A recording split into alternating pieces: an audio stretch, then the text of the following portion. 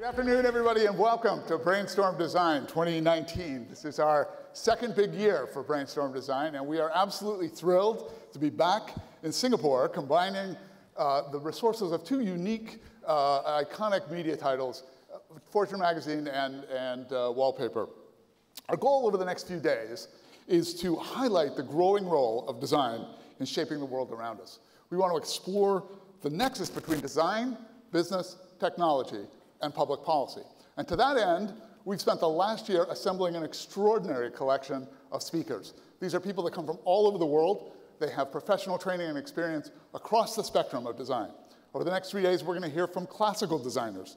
These are the folks who combine skill and vision to craft physical objects and products. They are designers of fashion and interiors. They are architects, place designers, graphic designers.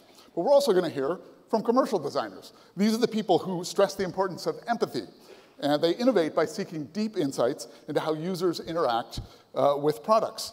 These are folks who apply the principles of design and design thinking not only to things, but also to services, business processes, and institutions. And finally, we'll hear from a very important rising new category of designers, computational designers. These are people who use data, algorithms, programming skills to roll out products and services to hundreds of millions of people at speed and at scale. We've sought to celebrate the different gifts of all three of these design tribes with our theme this year, which is vision, empathy, and scale. But I want to tell you something important about Brainstorm Design, something that makes our event unique. This is not a place where we get designers together to talk to other designers. There's a very important additional element of our conversation here. You'll also hear this week from leaders of business and government. These are people who are not necessarily trained as designers, but who recognize the value of the design perspective. And these are a critical part of our conversation because these are the folks that control the money, they control the infrastructure, the technology, the human resources, and often write the rules and regulations that enable design to have its maximum impact. So if putting the user at the center is critical for good design, we've tried to do that with this event as well.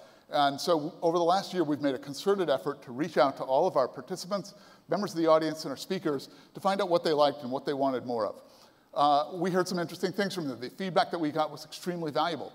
The one thing that we heard that was very gratifying is that everyone loves the event. And we have managed to put together a unique platform here that enables people from many different backgrounds to collaborate, to communicate, and share their insights about design's power. But you also told us something else. You said last year's conversation was great, but this year you want to take it to the next level. You want to learn more about implementation, how to put a value on design, how giant Fortune 500 companies and disruptive startups alike can embrace the idea of design, not only in their strategy, but weave it into their structure and the very culture of their corporation, of their corporate culture. You also told us that you wanted to hear more about inclusive design. This is how design can be used to make thoughtful products for everyone and help our communities and our companies to become more diverse.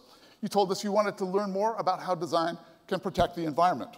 And lastly, you said that you were very interested and wanted to learn more about ethical design, the growing debate about whether design's great power implies new responsibilities and perhaps even a new moral code of conduct for designers.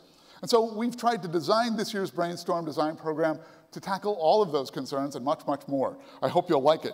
Our goal over the next 3 days is to emerge, all of us, with a better, deeper understanding of how design can truly change our world. So let's get started. I'd like to acknowledge first our Brainstorm Design co-chairs. If they're seated somewhere, please, if they could stand. The amazing Tony Chambers. Are you somewhere where we can see you? Tony Chambers. And my other co-chair, Maithri Sitharaman. Maithri, you're in back. All right, meet Maithri later, but give her a round of applause. Tony and Maithri work very closely with me in helping to set the direction and the content for the program, and their insights are reflected throughout, and they're really partners in crime, and I really appreciate them. We're pleased to have the president and CEO of Fortune here with us, Alan Murray, and you'll be hearing a little later from me. Yeah, you give him a big round of applause. We'll be hearing a little from him later this afternoon. And of course, it wouldn't be possible to have this event without the support of our fantastic partners. Our Brainstorm Design host city, Singapore, our host partner, Design Singapore Council, our supporting partner, the Singapore Economic Development Board, our partners, Herman Miller, who helped us with these lovely chairs that you're all sitting on, Salesforce, and our knowledge partner, McKinsey & Company. Yeah, give them a big round. They deserve it. Let me just say a quick word about our media policy. There are members of the press that are here, you'll see. What is said on our stage and in our concurrent sessions is on the record. And it's available for reporting, blogging, and tweeting, and we really encourage that. But what is said at a reception or over a break or if you're on a private walk or something like that should be private unless both of you agree otherwise. We'll be active on social media. Please use our hashtag #BrainstormDesign, all one word. And feel free to check out our Facebook page as well. Finally, we have some excellent conversations on stage for you over the next 3 days, but we know all of you in the audience as well have got interesting experiences and perspectives, and we want to hear from you. We hope you will contribute when there are opportunities for questions and answers and audience engagement throughout the program. We welcome your perspective. And with that, it is my great pleasure to introduce to you Bei Swan Jin, the chairman of the Singapore Economic Development Board. Bei.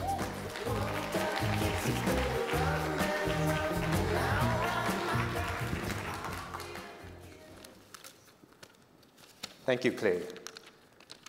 So friends and colleagues, ladies and gentlemen, a very warm welcome to all of you, and a special welcome to all who flew in specially for this event. I'm delighted that Fortune has once again chosen Singapore to be the location, to be the venue for Brainstorm Design. There are familiar faces from last year's inaugural event, and new participants and speakers, many of whom are influential designers, as well as business leaders in the global economy. Over the past 12 months, we have seen Johnson & Johnson open their first design lab outside of the US here in Singapore.